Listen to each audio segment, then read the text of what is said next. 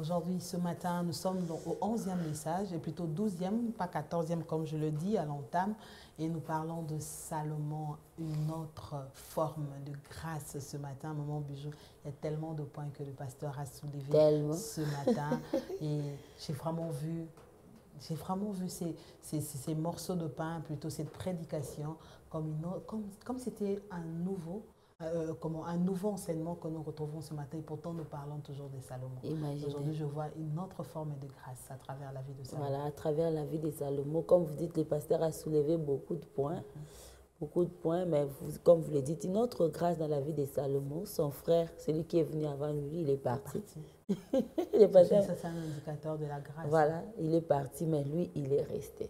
J'aime toujours ce que vous dites. Quand le pasteur est en train d'en parler, je me suis dit, c'est vraiment ça. Et je me suis dit, chaque naissance, la manière de venir au monde, c'est déjà un indicateur que les parents doivent prendre en charge. Comment Bathsheba perd son premier enfant, toujours avec David. Voilà. Mais Salomon, lui, il vient, il reste. On va dire, Dieu a aimé Salomon. Est-ce qu'il a haï son frère? On ne sait pas. On ne sait pas. Pourquoi il a laissé partir l'autre? Et c'est Salomon qui reste. C'est déjà un mystère qui doit aussi interpeller peut-être le parent. Voilà, déjà avec la même femme, les péchés étaient là. Mais c'était avec la même femme. Mais cette fois-là, Salomon est resté. C'est la grâce, au fait. Voilà. C'est la grâce. Comme on dit, la grâce, et heureusement que dans la Bible, dans le Nouveau Testament, on dit il fait grâce à qui il veut. Donc, il a choisi Salomon. C'est le Seigneur qui a choisi Salomon.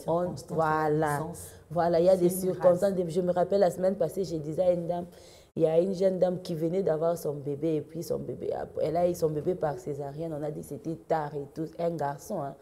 Et cet enfant-là ne respirait presque pas. On l'a mis même dans les oxygènes. L'enfant ne bougeait pas et tout. Quand on m'a parlé de cette histoire, j'ai dit à la dame, il n'est pas mort. Généralement, les bébés, quand ils sont fatigués comme ça, ils passent. Hein? Mais lui, il est resté. J'ai dit à la dame, lui, c'est un combattant. Lui, il va survivre. Et je me suis mis à prier pour cet enfant-là. Je me suis mis à prier pour lui. J'ai prié pour lui. Je me rappelle un jour, on était dans la cellule, on a vraiment prié pour cet enfant-là. Et la semaine passée, j'ai l'opportunité de voir cet enfant-là. Il était là. J'ai dit à cette femme, je lui avais dit, ça, c'est un combattant. Comment il a pu résister? Comment il a pu résister? Vous imaginez, Maman Charlotte, on l'a même transféré. Il était l'hôpital là où on était, on a dit on ne pouvait pas les prendre en charge. Il fallait les transférer. Quand on les transférait, c'était vraiment triste. Même quand j'ai dit à la dame, lui, il va vivre. Il va vivre parce que c'est un combattant. Au-delà du fait que c'est un combattant, c'est la grâce de Dieu, au fait. Et comme on l'a vu avec Salomon, le Seigneur avait décidé qu'il vive. Le Seigneur avait décidé qu'il vive. Et peut-être je profite pour parler peut-être à une femme qui est enceinte ce matin, qui a eu à perdre un bébé comme ça, peut-être par avortement, ou soit l'enfant est parti, vous tremblez, vous avez peur. Commencez à implorer la grâce de Dieu sur votre enfant. Commencez à dire, Seigneur, celui-ci, il va vivre. Parce que ta grâce est sur lui. Et quand la grâce vous visite, au fait, les médecins peuvent dire non, elle a une maladie qui fait à chaque fois qu'elle a des enfants, les enfants passent. Mais les mêmes médecins constateront que la maladie qu'ils ont détectée est là, mais cet enfant vit. Amen. Parce que le Seigneur a décidé qu'il vive. Et j'ai aimé ce que les pasteurs... Voilà, il est l'auteur de la vie. Et ce matin, peut-être qu'il a décidé qu'un enfant puisse vivre. C'est lui qui décide. Et croyez-en. Au fait, la parole de Dieu, quand elle sort, il faut croire. N'ayez pas peur, ne tremblez pas d'abord parce que vous êtes malade, mais croyez d'abord à cette parole et cet enfant vivra. Amen. Parce que pour David, c'était là, Iri était parti. C'était une évidence. Salomon aussi pouvait partir, mais parce que le Seigneur avait décidé que Salomon allait vivre, Salomon est resté là. Et je suis en train de me dire, c'est une façon aussi d'interpeller le parent qui nous regarde ce matin, Maman Bijou. Il faut prendre en compte les circonstances de naissance de votre enfant. C'est ça, au fait. Ça vient certainement avec un message. Exactement. C'est pourquoi j'ai donné l'exemple de ces bébés-là. Avec un message. Exactement. Et je me dis, il faut le rappeler à votre enfant. Je l'ai vu avec, j'étais en train de chercher le nom, celui qui était assez fort là, Samson. Déjà, son nom parlait d'une petite lumière. Et je me dis, sa mère s'est conservée parce que cet enfant, la mère ne pouvait pas boire ni du cœur fort et tout, parce que l'enfant déjà venait avec une lumière qui devait sauver sa nation. Je me dis, bon, c'est dans le plan de Dieu, mais si tout au long de sa vie, ça devenait comme une répétition qu'on prenait le temps de faire comprendre à Salomon, toi tu es venu, parce que tu dois nous bénir. Exactement. Tu es une lumière Exactement. pour notre nation. Vous savez, ça peut rester dans la tête de l'enfant. Il y a des enfants comme ça qui ne font pas de bêtises parce qu'on t'explique comment tu es venu, pourquoi tu es là et qu'est-ce que tu dois faire. Je me dis, Salomon est plutôt Samson.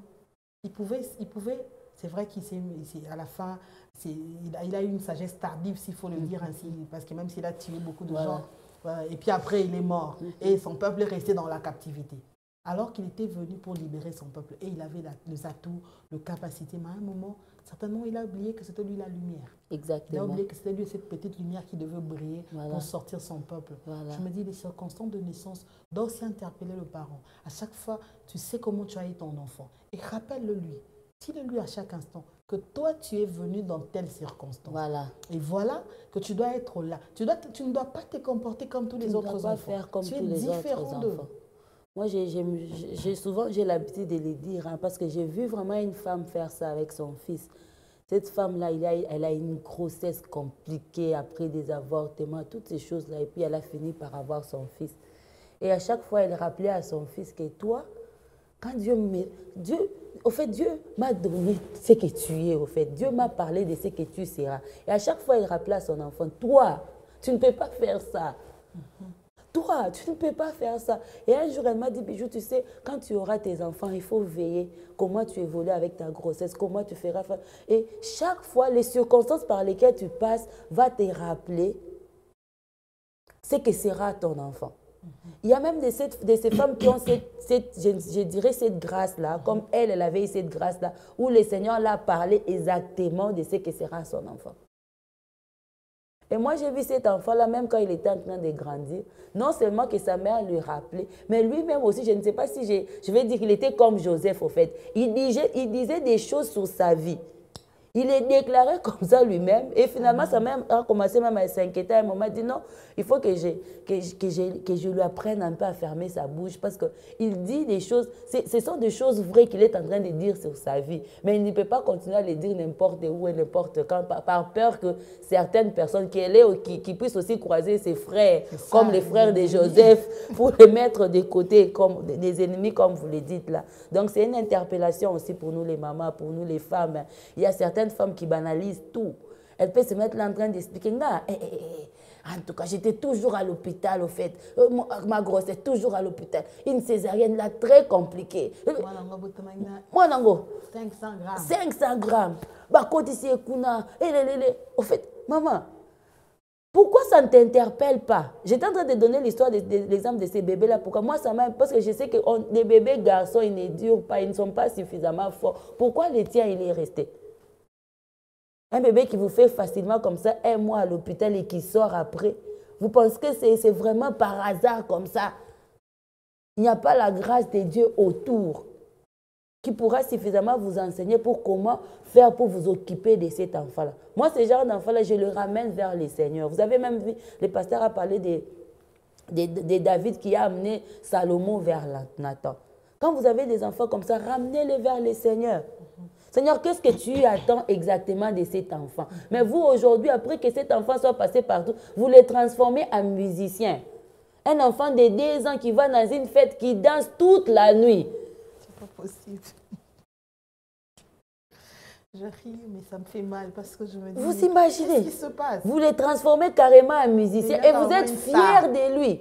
Et puis il y a les gens qui viennent, qui donnent l'argent, vous êtes contents. Moi, non, on a beauté, c'est vraiment quelle est l'intention de la personne qui vient donner à votre enfant l'argent parce qu'il danse? Vous pensez que Dieu a gardé cet enfant en vie pour qu'il devienne simplement un danseur? Est-ce que quand vous allez à la maternité, le nombre de femmes qui entrent et celles qui sortent avec leur bébé, peut-être dans des situations difficiles, vous faites partie aussi de ces femmes-là pour que votre enfant devienne danseur à 2 ans, 3 ans. C'est quand même choquant, maman Charlène. Wow. Pourquoi Dieu a décidé que seulement lui puisse vivre? Hein, maman, pourquoi seulement lui? Pourquoi seulement lui? Parce que votre col était ouvert comme la fois passée, mais lui, il est resté. Pourquoi seulement lui? Wow, c'est une interpellation. C'était resté aussi ouvert, mais lui, il est resté. En tout cas, ne croyez pas que c'était l'effort des médecins. Parce que la fois passée, les médecins ont fourni aussi des efforts, mais lui, il est passé. Si lui, il est resté, parce que c'est une lumière. Parce qu'il a une mission à accomplir. Il a quelque chose à faire. Et orientez-le. Et orientez-lui. Orientez votre enfant. Surtout, ne faites pas de vos enfants des musiciens. Moi, des fois, ça me fait mal quand je vais à des fêtes où c'est la maman et le papa qui appellent l'enfant. Yacobina, Yacobina. L'enfant vous danse. C'est pas possible. Des fois, vous dites, tout ce que nous devons faire, ça doit être... Si c'était même une musique qui est pour la gloire de... Mais ce n'est même pas ça. L'enfant vous danse, et puis comme ça, chaque fête de mariage, on est censé les prendre parce que c'est lui qui doit entrer avec les gâteaux. Danseur professionnel. Vraiment. Wow. Vraiment. Parents, enseignants à nos enfants la voie qu'ils doivent suivre. Exactement. Pour qu'ils ne s'en détournent pas. Et chaque enfant est spécial dans les circonstances de l'essence de chaque enfant est spécial. Ça doit être un enseignement pour nous, une interpellation également pour nous. Je vois déjà une maman qui prend la décision de faire les choses bien à partir donc de ce matin. C'était le pain du jour. Nous parlerons de ce pain tout au long de cette semaine. Nous avons commencé. Salomon est donc cette personne qui a trouvé grâce devant Dieu et nous continuerons avec ce pain tout au long de cette semaine.